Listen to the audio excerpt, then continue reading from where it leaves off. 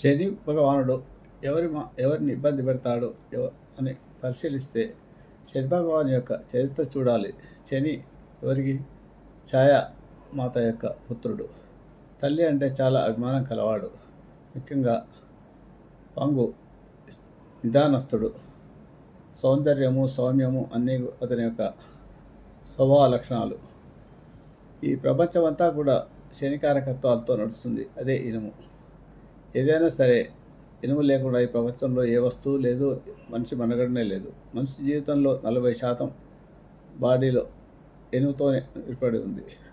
కాబట్టి ఎవరైతే బద్ధకంగా ఉంటారో, ఎవరైతే ఏ పని చేయాలన్నా కూడా పోస్ట్ పోన్ చేస్తుంటారో అలాంటి వారికి శని వల్ల బాధలు ఏర్పడతాయి. ఎవరైతే క్రమశిక్షణ డిసిప్లిన్తో ఉంటారో, ఉదయం లేవగానే వాకింగ్ చేస్తారో, వ్యాయామం చేస్తారో, మెడిటేషన్ చేస్తారో